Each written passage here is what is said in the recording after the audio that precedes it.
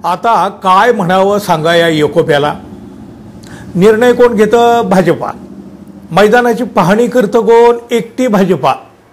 अहो शिंदे सेनेला जमेलाही धरीत नाही तरी केसरकर म्हणतात आम्हाला बोलवलं असतं तरी आम्ही आलो असतो। दुसरीकडे फडणवीस भेट देत नाहीत। शिंदे सेनेचा आधी रुसवा फुगवा झाला, कोणी डोळे पुसायलाही येत नाही म्हटल्यावर मागं लागण्याची वेळ आली।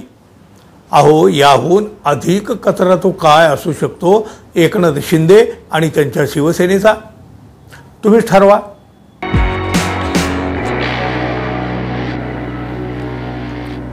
मित्र हो नमस्कार। विधानसभेच्या निवडणुकीचा निकाल लागला, 10 दिवस झाले, बहुमत असूनही सरकार स्थापन नाही झालं। अहो बघा, एकीकडे एकनाथ शिंदे म्हणतात, म्हणजे पत्रकार परिषद घेऊन म्हणतात सगळे अधिकार मोदी आणि शहा यांना, सरकार स्थापनेमध्ये आपलं कसलाही अडसर नाही। दुसरीकडे हेच काळजीवाहू मुख्यमंत्री गावाकडे निघून जातात, अहो आजारी आहे म्हणतात। आता बघा, त्यांच्या घरातच डॉक्टर, त्यांच्या चिरंजीव जे खासदार आहेत श्रीकांत शिंदे ते स्वतः डॉक्टर, पण तपासणीसाठी मात्र बाहेरच्या डॉक्टरकडे। अहो बघा, मग त्यांच्याच घरातल्या डॉक्टरवर विश्वास नाही असं म्हणायचं का आपण? का मग हा आजार जो होता तो राजकीय आजारपण आहे? आता बघा, निकाल लागून 10 दिवस झाले। अहो इथंच जर महाविकास आघाडीचं सरकार बनणार असतं ना तर एवढा विलंब चालला असता का हो? राष्ट्रपती राजवट लावून केव्हाच मोकळे झाले असते की नाही सांगा तुम्ही? अहो घटना, नियम, संकेत, परंपरा सगळंच काही अगदी पायदळी ठरवायचं जर ठरलं तर मग बोलणार कोणाला आणि त्याचा उपयोग होणार तरी काय? महायुतीत कधीही सगळं आलबेल कधीही नव्हतं, पण दाखवलं मात्र जात होतं हे सगळं वेगळं चित्र की आम्ही एक आहोत वगैरे वगैरे। एकनाथ शिंदे यांना हवं आहे मुख्यमंत्रीपद, ते तर मिळत नाही, म्हणजे हे मुख्यमंत्रीपद त्यांना मिळणार नाही हे आता जवळपास स्पष्ट झालेलं आहे। आता बघा, त्यानंतरची त्यांची मागणी काय आहे? गृह खात्याची। ते तर शक्यच नाही हो, कुठल्याही परिस्थितीत भाजपा हे खातं शिंदे यांना देणार नाही। मग शिंदे आणि त्यांची सेना करणार काय? सत्तेत सहभागी होणार की बाहेरून पाठिंबा देणार? अहो रोज वेगळ्या दिशा दाखवत असली तरी एकनाथ शिंदे हे सत्तेच्या बाहेर राहू शकत नाहीत। सत्तेशिवाय त्यांचं जगणं सुकर होऊ शकत नाही। अहो आधीच अजित पवारांनी मुख्यमंत्रीपदासाठी देवेंद्र फडणवीस यांना पाठिंबा देऊन टाकला, त्यामुळं शिंदे यांची बार्गेनिंग पॉवर कमी झाली। रुसव्या फुगव्याची तर भाजपा दखलही घेत नाही हो त्यांच्या। शिंदे इकडे आपल्या गावात जाऊन विचार करीत बसले आणि तिकडे भाजपनं आपल्या मार्गावरून पुढं जाणं सुरूच ठेवलं, ते थांबलेलं नाहीत कोणासाठी। म्हणजे बघा, याचाच अर्थ शिंदे यांनी काहीही निर्णय घेतला तरी भाजप कोणासाठी थांबणार नाही। अहो थांबायचं तसं काही कारणही नाही हो, कारण एकटा भाजप बहुमताच्या जवळ पोहोचलेला आहे, सोबत अपक्ष आहेतच। शिवाय अजितदादांनी तर स्वतःला म्हणजे आता भाजपच्या सरेंडर करून टाकलेले आहे। आता शपथविधीचा मुहूर्त जर काढलेला आहे, 5 डिसेंबर रोजी हा शपथविधी होणार आहे, त्याची तयारी सुरू आहे। मुख्यमंत्री कोण या प्रश्नाचं अधिकृत उत्तर आलेलं नसलं तरी भाजपाचाच मुख्यमंत्री होईल हे अगदी स्पष्ट आहे। मात्र अजूनही गृहमंत्रीपदाचं पेच कायम आहे। एकीकडे एकनाथ शिंदे हे गृहमंत्रीपदासाठी आग्रही आहेत, तर दुसरीकडे भाजपाला देखील गृहमंत्रीपद हवं आहे। कितीही नाकारलं तरी एकनाथ शिंदे हे नाराज असल्याचं त्यांच्या कृतीतून तर दिसत आहे गेल्या काही दिवसापासून, 10 दिवसापासून। आता तर या सर्व पार्श्वभूमीवर शिवसेना शिंदे गटाचे नेते दीपक केसरकर यांनी एक पत्रकार परिषद घेतली बघा, आणि या पत्रकार परिषदेमध्ये बोलताना त्यांनी अनेक गोष्टींचा खुलासा केलेला आहे। नेमकं काय म्हणाले बघा हे दीपक केसरकर? 5 तारखेला शपथविधी होणार आहे, मात्र त्यापूर्वी अनेक तर्कवितर्क लावले जात आहेत, म्हणून मी ही पत्रकार परिषद घेत आहे। एकनाथ शिंदे हे काळजीवाहू मुख्यमंत्री आहेत, बैठक रद्द झाली वगैरे अशा ज्या काय बातम्या येतात, परंतु कोणती बैठकच नव्हती तर रद्द होण्याचा विषयच नाही। शिंदे साहेबांची तब्येत ठीक नाहीये, जो काही निर्णय होईल तो मान्य असेल हे त्यांनी आधीच सांगितलेलं आहे, म्हणजे जाहीर पत्रकार परिषद घेऊ ना। म्हणजे हे सगळं असं केसकर यांनी हा सांगण्याचा प्रयत्न केला। पण बघा, याच वेळी बोलताना हे केसकर पुढे काय म्हणाले? गंभीरपणे आणि लक्ष देऊन ऐका आणि त्यातला अर्थ शोधा.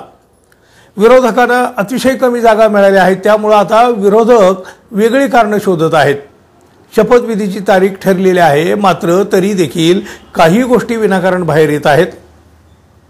काहीतरी तर्क काढायचा आणि बातमी बनवायची हे थांबलं पाहिजे असं केसकर म्हणतायत. पक्षातल्या नेत्यांनी देखील कमेंट करणं थांबवा. आमच्याकडून कोणताही उशीर झालेला नाही. ज्यावेळी बैठक ठरेल तेव्हा ते इकडेही बसतील आणि दिल्लीलाही जातील असं केसकर म्हटलंय. केसकर प्रसिद्धी माध्यमावर विनाकारण खापर फोडत आहे.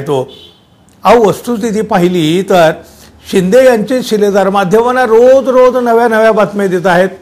आता ते त्यांचे नेते शिरसाट ते काय म्हणाले होते परवा, पेच प्रसंग येतो तेव्हा एकनाथ शिंदे आपल्या गावी जाऊन शांतपणे विचार करतात. आता मोठा निर्णय देखील ते घेऊ शकतात. मग आता ही बातमी होत नाही का हो? पेच प्रसंग येतो तेव्हा असं म्हणाले आहेत शिरसाट. म्हणजे राजकीय पेच निर्माण झालं तर त्यांनी स्वतःच सांगून टाकलं. अन्य काही नेत्यांचा देखील अशाच पद्धतीचा सूर ऐकायला मिळालेला आहे गेल्या 5-6 दिवसापासून.